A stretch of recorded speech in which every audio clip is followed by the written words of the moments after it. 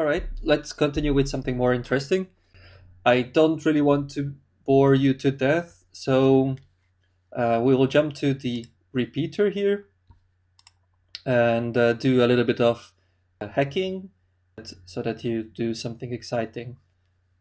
So what you can do with the repeater is to take one request and repeat it. So very clever name. You can repeat requests. And the point is that if you find a request which seems interesting, then you can set it to a repeater and start playing with it one by one. You can just change one parameter and see what's the response. So if you look at the user interface, I have already a request here. And what happens, you have the request here, you click on go, and then you get the response here. So you can always immediately see what the response was. And you can just go back and forth between requests. So you play with the parameter and you change it, and then you get an error message. You can just go back to the status when you still got some valuable response. So repeater is very simple. You just take a request and play with it as long as you find a stable attack. What we are gonna do now is we'll try to exploit a cross-site scripting attack in the webgoat, and we'll do that with the repeater. I don't really want to go into details now what the cross-site scripting attack is. You can either look it up here in webgoat, it's actually described here, or you can Google it a little bit. I will just quickly summarize it now. And if you don't understand, then read a little bit about it. So a cross-site scripting attack is when you can manipulate an input in a request, so an input parameter, and then you get a response, and the input string, what you gave, will be built in the response, the HTML code of the response. And if the server doesn't validate the input parameter correctly, or it doesn't escape the response or the input string in the response, then what you can do is you can put HTML code in this input parameter, and as it will be injected in the response HTML, when it returns to the browser will think that that's also part of the HTML code, and it's going to render it. And what you can also do, you can put JavaScript code inside the HTML, what you put in, and then the browser will execute this JavaScript code. And why is that good? So cross-site scripting is like the buffer overflow of web applications. It's at least as widespread as buffer overflow, and it's also as dangerous. So because what you get the ability to execute any kind of JavaScript code in the user's browser. But you can do whatever you want with that. You can try to steal the session cookies or user's credentials to get full access to the application, or you can try to steal data from the application by requesting data from the server and then sending it to your own server, or you can actually load other pages in the background where you can embed some exploits against the browser itself, and with that you can exploit the browser and get full access to the user's computer. So you can do like really a lot of things with cross-site scripting. We are not going to do that. We'll just experiment with that a little bit, but I encourage you to try to imagine scenarios what you could do with a cross-site scripting, what you could do if you can execute JavaScript in the client's application. So what we're going to do is come to in webgoat to the cross-site scripting and then to the reflected cross-site scripting attack.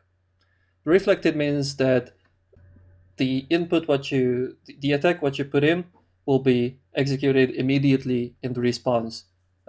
So in the next page, what you get after submitting the data. Okay, so you get this nice input field here. We have quite a few fields what we can exploit. I'm going to take this nice little test string, which has like all the weird characters what might be useful in an attack. And I will just paste it here in all input field to see whether any of them is exploitable. And then I'm gonna click on purchase. Now you get this nice error message here, and something is weird. You don't see this part of the string, the XSS test there. That's a really good indicator that something is wrong. So we can just open the console. It was Ctrl-Shift-C to open the debugger tool, and then we come here and check it in the HTML code. Oh yeah, all right. You can see it actually here immediately that this is the error message from the server, and you could see that although you put all of this XSS tag here, the browser thought it's a valid HTML tag, so it added the closing tag to it. So the browser thought that was a valid HTML and tried to render it. That's why you don't see the string itself, because the browser rendered it as HTML. That's what we want. This is the most simple example of cross-site scripting. All right, we know that we have something here, and if you just look at the error message a little bit, it says you entered instead of your 3-digit code. So we had to put in our 3-digit code here. So our assumption is that this is the vulnerable form. So I will just put like normal data in for everything else and click on purchase again. I just did it to have this request in Burp.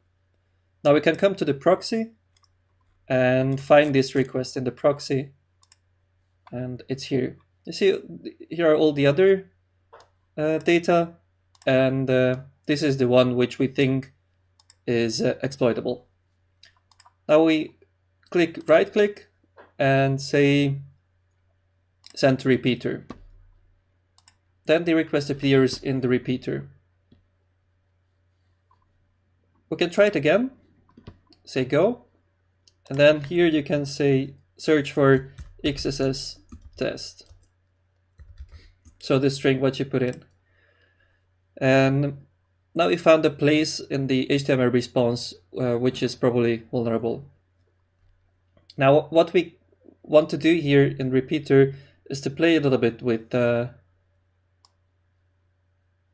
this parameter. So if I just put here test and I say go, and I look for test, there are many tests here. Oh yeah, it was there. Yeah, that seems normal. Now let's try something more useful. I will say script. Actually, you can do it here in the params tab, so that you try that as well. This is the field 1, which we want to test. And we write here script alert 42 script. So if this HTML code is rendered, then this alert 32 will open this default JavaScript alert window with the number 32 in it. That's the most basic proof of concept of a cross-site scripting. And now we can say go again. Yes, and search for alert 32. You can immediately see from the highlighting that even Burp thinks that this is an HTML tag instead of just normal string. So what we want to try, we want to see this now in the browser, whether we really get this this alert window. So we can just come back here to the row request and do right click again. That's also a really cool tool. You can come here to request in browser. You do that when you want to try one request in the browser and you want to see the response in the browser. And you have two options: in original session or in current browser session. The original session means that the request will be sent with this session cookie, what's already in the request here in Burp. And the current browser session mean that Burp will let the browsers attach the cookie to the request, so the cookie will be different. It's good because sometimes you are playing with a request here which is old. It's not for the session what you are playing with right now in your browser, and then you couldn't try it with the old cookie. So then you can just say use the current browser session, and then it will work in your current session. So let's do that. To send the request in browser, you need to load this URL in the browser. What happens in the background is that Burp will know when you're loading this URL, Burp will know which request you want to send, and it will send the request and load the response to the browser. So I open a new tab, and I'm loading the request or the URL, and ta-da! That's the cross-site scripting. That was the JavaScript code what you're injected. So if we're clicking on OK, then we can inspect the HTML page again. You come here, it says whoops, and here is your script tag what you're injected. So what this essentially means is that if you get the user to submit this request, then you can execute whatever JavaScript you want, and you can do whatever in his browser session what you want and what's possible with JavaScript. So you have like endless possibilities, more or less. Now this time this was pretty simple because we knew immediately what to do. But sometimes when you really want to use the repeater is when the server implements some kind of filtering to protect against cross-site scripting, and then you can come to the repeater and put in one text string like this one, and then just submit it and look at the response, and it turns out that something was filtered. Then you can try something else. You can try like trying to inject an image tag, and let's say load some non-existing image, and do and in the on error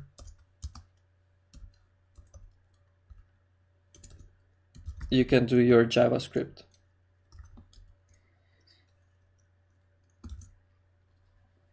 And you can try that one, and then you can come here and search for alert, and then you will see that okay, script tag was filtered, but the image tag was not filtered. And we can also look at in the browser.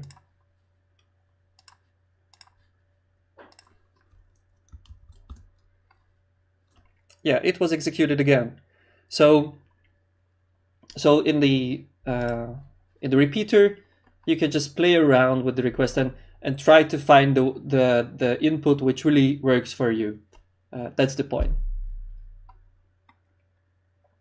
So I recommend you to play a little bit with these cross-site scripting attacks. You can try the other ones here if you're interested. And if you feel comfortable with cross-site scripting and with the repeater itself, then continue to the next section, and we'll check out something else.